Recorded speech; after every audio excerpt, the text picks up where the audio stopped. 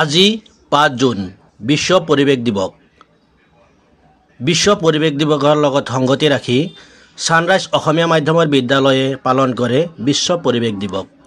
বজালী জিলাৰ দক্ষিণ প্ৰান্তত বালাপাৰা ছানৰাইজ অসমীয়া মাধ্যমৰ বিদ্যালয়ৰ কৰ্তৃপক্ষ শিক্ষক ছাত্ৰ ছাত্ৰীসকলে পালন কৰে বিশ্ব পৰিৱেশ দিৱস। আজিৰ এই দিনটোত গছ কেনেকৈ ৰুব লাগে, গছৰ উপকাৰিতা সম্পৰ্কে কণ কণ ছাত্ৰ ছাত্ৰীসকলক শিক্ষা প্ৰদান কৰে ছানৰাইজ অসমীয়া মাধ্যমৰ শিক্ষকসকলে। কণ কণ ছাত্ৰ ছাত্ৰীসকলক লগত লৈ শিক্ষকসকলে বিদ্যালয় চৌহদত কিছু গছপুলি ৰোপণ কৰে। কেৱল বিশ্ব পৰিৱেশ দিৱসতেই নহয়, সকলোৱে সময়ে সময়ে গছপুলি ৰোপণ কৰি পৃথিৱীৰ সুন্দৰ পৰিৱেশ সৃষ্টি কৰাৰ লগতে মানৱ দেহৰ বাবে প্ৰয়োজনীয় অক্সিজেনৰ অভাৱ পূৰণ কৰিবলৈ আহ্বান জনাই প্ৰাক্তন পঞ্চায়ত সভাপতি আলম সিকদাৰে। আজিৰ এই বিশ্ব পৰিৱেশৰ দিনা বজালী জিলাৰ দক্ষিণ প্ৰান্তত ছানৰাইজ অসমীয়া মাধ্যমৰ ব্যক্তিগত খণ্ডৰ বিদ্যালয়ত এই ধৰণৰ দৃশ্য দেখিবলৈ পোৱা যায়। আজি বিশ্ব পৰিৱেশ দিৱসৰ লগত সংগতি ৰাখি ছানৰাইজ অসমীয়া মাধ্যমৰ চৌহদত আমি কিছু গছপুলি ৰোপণ কৰিলোঁ। বিভিন্ন শিক্ষক শিক্ষয়িত্ৰী, স্কুল পৰিচালনা কমিটিৰ সদস্যসকলক লৈ খুবেই ভাল লাগিছে। আটকধুনীয়া এটা পৰিৱেশ, গতিকে মই সকলোকে আহ্বান জনাইছোঁ, মাত্ৰ এই পৰিৱেশ দিৱসৰ দিনাই গছপুলি ৰুব লাগিব তেনেকুৱা কোনো নিয়ম নাই।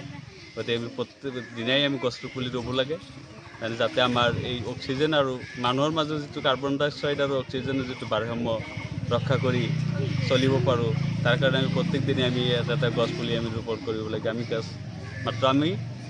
গছ কটাৰহে পাকৈত, কিন্তু আমি গছ ৰোৱাত কোনো আগৰণা আমাৰ দেখা নাযায়। গতিকে আমি আহ্বান জনাইছোঁ সকলোকে আপোনালোকৰ জৰিয়তে যে সকলোৱে যাতে পৰিৱেশ দিৱসৰ দিনা গছ ৰুব, তাৰ পিছতো আপোনালোকে যাতে সকলোৱে গছ ৰুৱে আমাৰ অক্সিজেনৰ যিটো ভাৰসাম্য আৰু মানুহ জাতিৰ দেহৰ যিটো কাৰ্বন ডাই অক্সাইডৰ যিটো ভাৰসাম্য এইটো যাতে ৰক্ষা কৰে, তাৰ কাৰণে সকলো ৰাইজক মই আপোনালোকৰ জৰিয়তে আজিৰ এই অনুষ্ঠানৰ যোগেদি আহ্বান জনাইছোঁ। বিশ্ব পৰিৱেশ দিৱস, এই দিৱসটো আমি গোটেই ৰাষ্ট্ৰৰ লগতে ৰাষ্ট্ৰসংঘই যিটো সিদ্ধান্ত লৈছে, প্ৰতি বছৰৰ 5 জুন তাৰিখত যিটো বৃক্ষৰোপণ কাৰ্যসূচী, যিটো আমাৰ বিশ্ব পৰিৱেশ দিৱস পালন হিচাপে তেওঁলোকে কাৰ্যসূচী লৈছে, সেই কাৰ্যসূচীটোত আমি আজি আমাৰ ছানৰাইজ একাডেমী বালাপাৰাৰ ফালৰ পৰা আমি তেওঁলোকৰ লগত আজিৰ এই দিৱসটোত আমি উদযাপন কৰিবলৈ আমি সহযোগিতা আগবঢ়াইছোঁ।